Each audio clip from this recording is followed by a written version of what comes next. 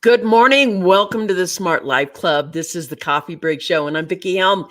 And it is Taco Tuesday. I'm so glad that you're here today. This is Taco Tuesday, and today's conversation is, today when I look at the world right now, all I want to do right now is pray for it. It's got some pretty crazy stuff in it, right? And I thought I was like, what do you do? What do you do to maintain your sanity when it looks like the whole world is going crazy? What do you do? What do you do to maintain your success rate when the whole world looks crazy right now? That's going to be today's topic on the Coffee Break Show. My name is Vickie Helm, and if you are new here, I don't know your name. Do me a favor, put your name down there and let me know who you are. And if you're on the show for the first time, welcome. I'm so glad you're here. If you look right up here, you'll see a link that says, it'll say StreamYard /Facebook. Do me a favor and put that StreamYard /Facebook.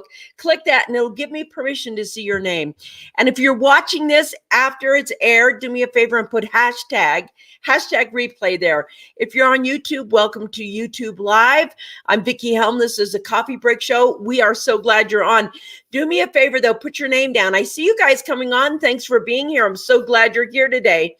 Somebody give me a comment or something so I can see a hello and let me know this system is working today. So what we have noticed today, thank you for that love. I appreciate it. So far, the world is in a pretty tipsy-turvy place. We obviously have the impeachment hearings, and I don't even want to get into what I think of that or anything else. My focus today is on China. There's so much suffering going on. Hey, Scott, nice to see you. I too have a cup of coffee. So glad you're here. Thank you for being here today. China is suffering very badly right now. And I really want to talk about that because it's not just the illness that is going through there.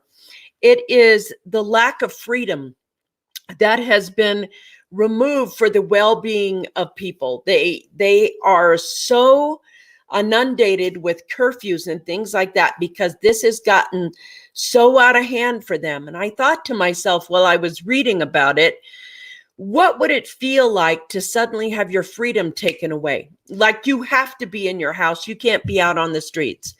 There's times where you get shut down. There's no public transportation. There's no gas stations on. Everything is halted. Their work, I'm sorry, you can't come back to the factory and work and you can't do this. I mean, it's such an amazing, I see that Facebook user that says, hi, Vickie, would you do me a favor and tell me who that is? It could be one of a dozen people saying hello. And I want to say good morning. Sean Wilkinson, nice. Good morning. My coffee has, I can't even say that. Shilajit, logic. Not sure what that is, buddy. But I'm glad that your coffee has whatever it has in it, so it gives you strength. My coffee has a little bit of cream in it. Because I like my coffee pure and I love my Logic in the morning. You guys know I really love that coffee. I'm never going to stop having it. And today we're talking about what do you do when the whole world's gone crazy? What do you do? How do you come back to center? How do you get to the point where you are living and watching and observing without getting so hooked to it, without getting so devastated by it, without getting so involved in it that you have no grip on your own life? And so because today it's like I see this happening and there's such an immense amount of suffering. There's in this particular incident, then, the loss of a national hero and his daughter, and that has everybody so devastated. And thank you. Sean, I saw that perfect. But I see right now that for me, I'm having to watch my mind.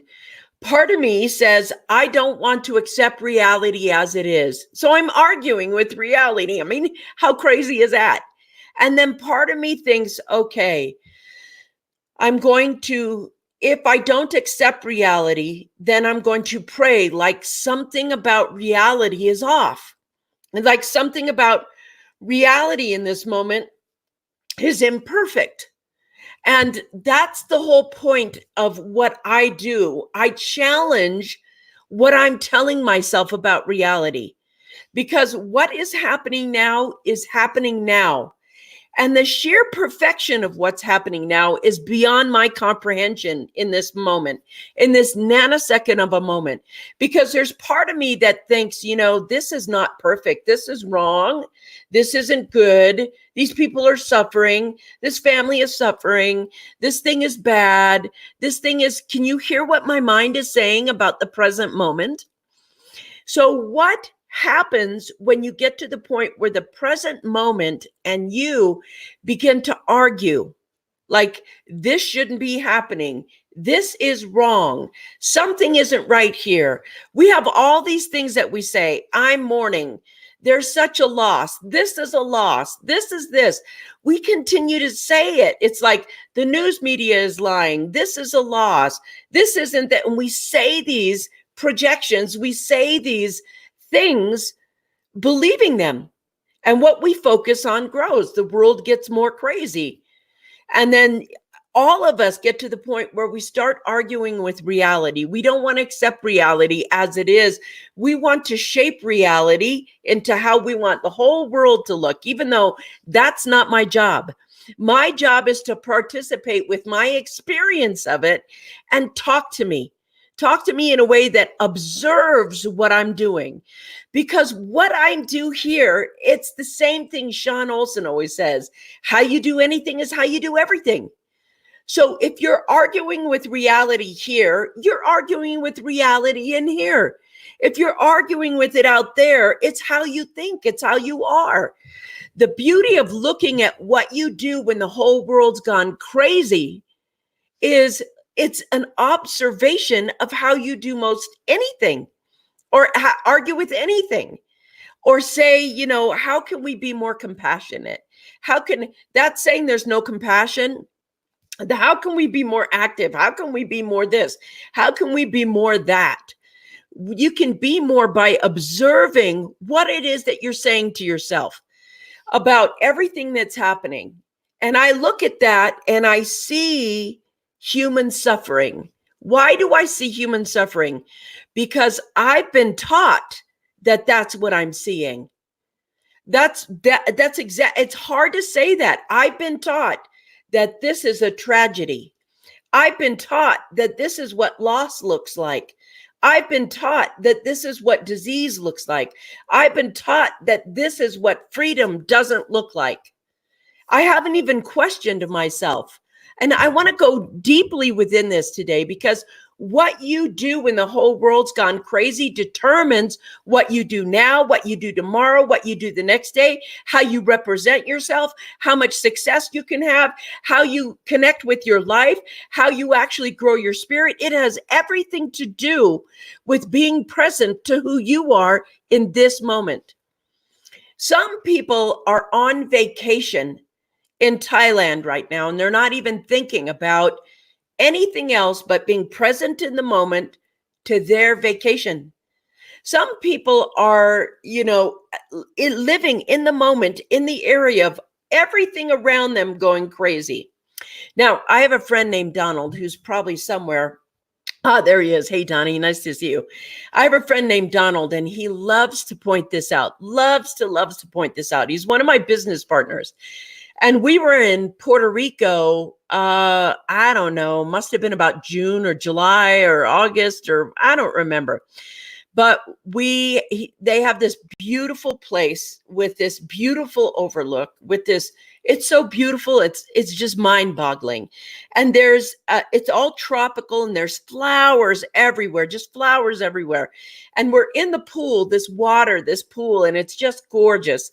And the pool has one of those tables in it. I mean, the kind of table you set your drinks on and everything else. And I don't remember, we had water or something in there.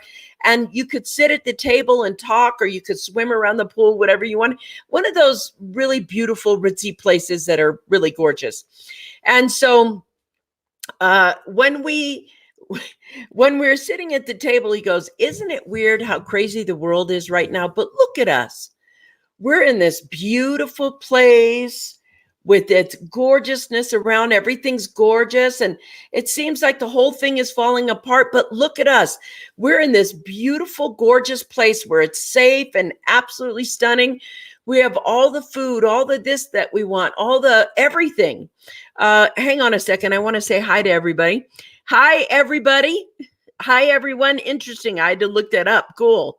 I'm sure you do. Hi, Donald. Thank you. Anyway, we're in the middle, and he made us stop and appreciate and look at how well we were taken care of, how beautifully we were taken care of, and how the other places, some places, people were not being taken care of, but we were. Good morning, MJ. Nice to see you this morning. And here's something that I realized I had that I did not know I had. And I think it plagues a lot of people. Donnie popped on with the shilajit is a natural substance found mainly in the Himalayas, formed for centuries by the gradual decomposition of certain plants by actions of microorganisms. It is potent and very safe dietary supplement, restoring the energetic balance and potentially able to prevent several diseases. Well, that is really cool. Hi, MJ. Hi, Tina. Nice to see you on. So it's Tina. There you are. So glad to see you on. Thank you for being here. So anyway, one of the things I realized I had, and maybe you have it, I don't know, but I noticed I had survivor's guilt. I noticed for me that it's like there was a part of me that couldn't do well unless everyone was doing well. That I couldn't feel happy unless absolutely everyone was happy, that I couldn't excel if everyone wasn't excelling. And I stopped to think about that. I had that survivor's guilt. Why am I in this amazing beauty, in this amazing place, with these amazing opportunities, with these amazing things, and other people don't? And I know some of you are going to say, you know what? It's because you worked for them and you worked hard for them. Well, you know what? Kobe worked hard too, and he had a magnificent life. And wham, it was cut short just like that. So to me, grace is the reason I think I look at the grace of everything. But about the taste, Sean Wilkinson. Yes, evidently, Sean, this does not taste as yummy as coffee does. Just saying, buddy. So anyway, what you're looking at, what I was looking at when I was looking at my survivor's guilt, it's like when you become successful in your family, if you become too successful, people will chow on you. If you become too successful, some of your friends get mad. You end up getting survivor's guilt. So what I want to say is, what does survivor's guilt mean? It means like, that thing. I'm not sure what it means, actually. I'm really talking from a place where I'm confronting something about myself that is obviously out there. It's like the more I get, the more I achieve, the more I do, the more I want to do, the more I want to win. And that's just a natural piece of me. And so what happens is I have to unhook my attachments and things to having everybody thrive all at once, because you know what? That's just not how balance is in the world, is it? It's like having a garden right now. In a garden, we plant the gardens. Here's the cucumbers. Here's the tomatoes. Here's the zucchini. Here's the beans. Here's the potatoes. Here's this. And we look to see each year what crop is going to thrive. And when we have that crop thriving, the other crop, that the potatoes are thriving. So we pull the potatoes up and it doesn't go, oh, the cucumbers are not thriving. Gosh, I can't thrive until the cucumbers do. Now, I want to say that because that hidden sabotage, I think, is a lot more plentiful in the world than we first imagined. So what happens? We're thankful that we have the roof overhead. We're thankful that the income coming in. We're thankful that we're healthy. Our bodies are healthy. We're thankful that we're not going through what other people go through that is, looks painful, looks scary, looks hurtful. We get to the point where we're looking at how grace is taking care of us. And we're sitting in the middle of that pool and we're looking around at all this beauty and all this wonderfulness, and we're looking here, and I'm thinking, why don't other people have this? Now, a lot of you can be saying, well, it's karma, or, well, whatever it is. I don't know. I just know that when grace visits, noticing it is important. Let's see. Marie Jo says it. Sean says it tastes really good in coffee. Okay, I'll accept that. Marie Jo says people will talk anyway. I made the decision to do me and continue to be grateful and thank you. And I want to hear that. People will talk anyway. And Marie Jo, one of the hardest things for me, I appreciate you saying that so much, is one of the hardest things for me is watching people I love who are not thriving, people that are absolutely near me who are not thriving. They're going to talk anyway. And I love this. People talk anyway. And I made the decision to do me. Be grateful and thankful. Don says, yes, 1 foot in one reality and 1 foot in another. Which foot are you going to recognize? We are fortunate when we can look at those 2 feet and choose what world we are standing in. I prefer the pool and the beauty view we experienced in that moment, Vickie. Maybe we are still standing there right now.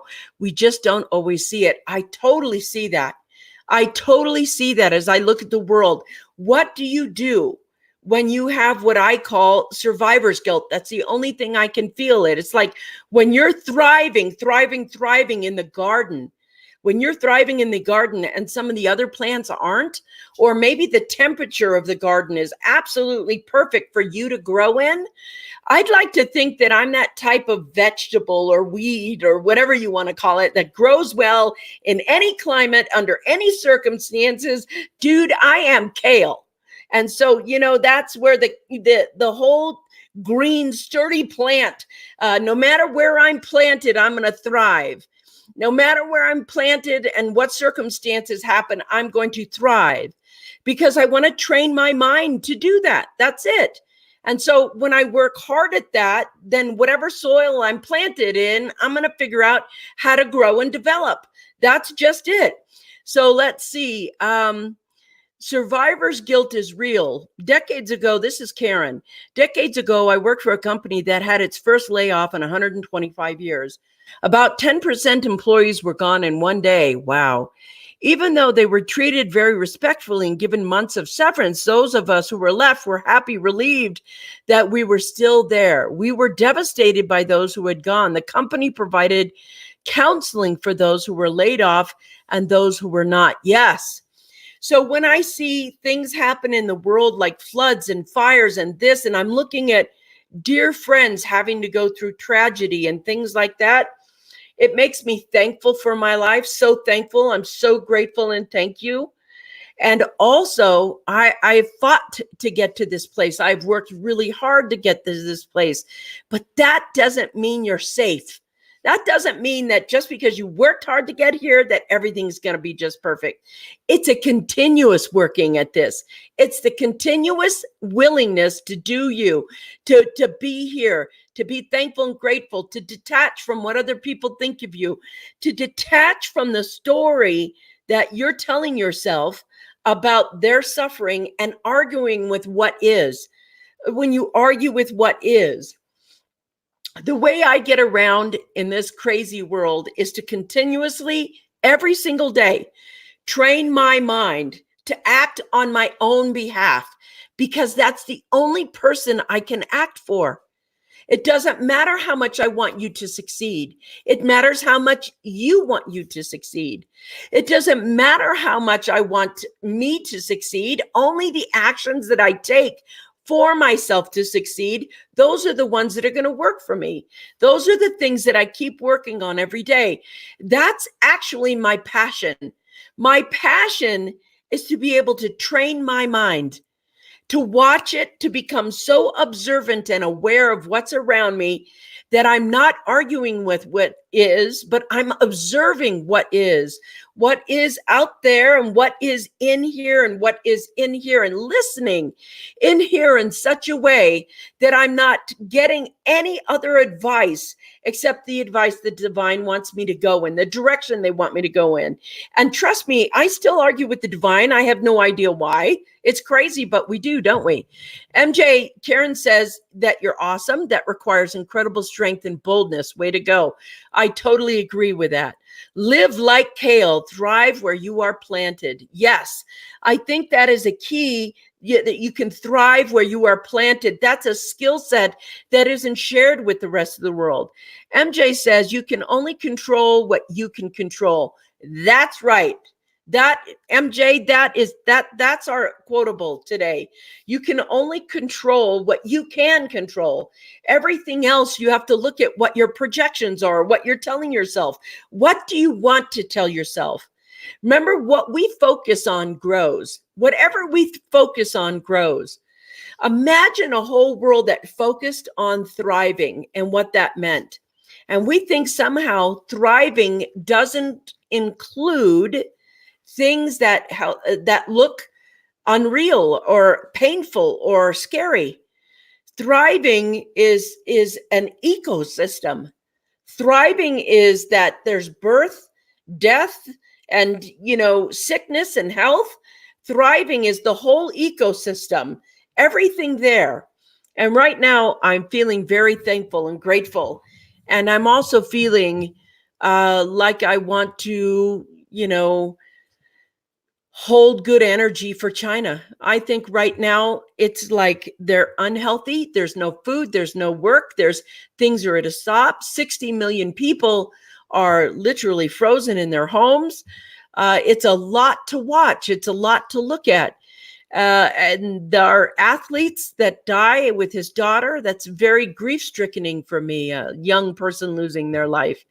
All of these griefs, all of these things that people go through.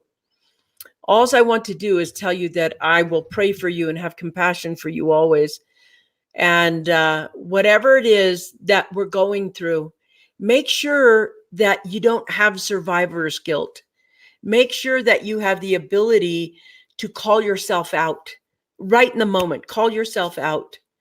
And if you enjoy now, you can enjoy a now and then now and then now. It's an interesting time to be alive in this world. We have so many opportunities and so much crazy stuff.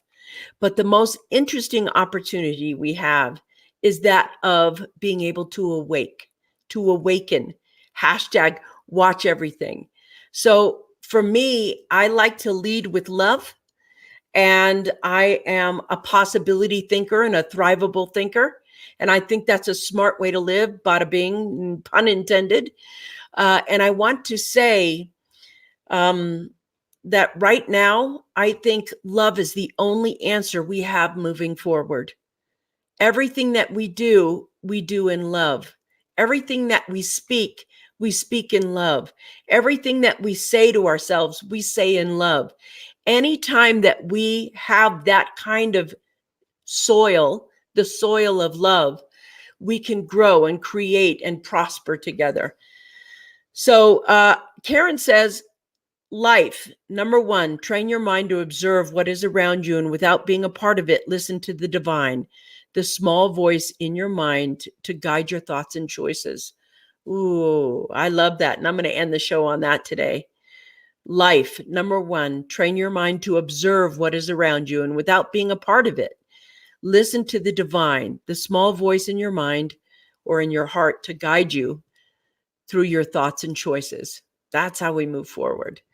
That's today's Coffee Break Show. Thank you for being with me and let me air out my feelings of, guilt and wonder and what I do when the whole world's gone crazy.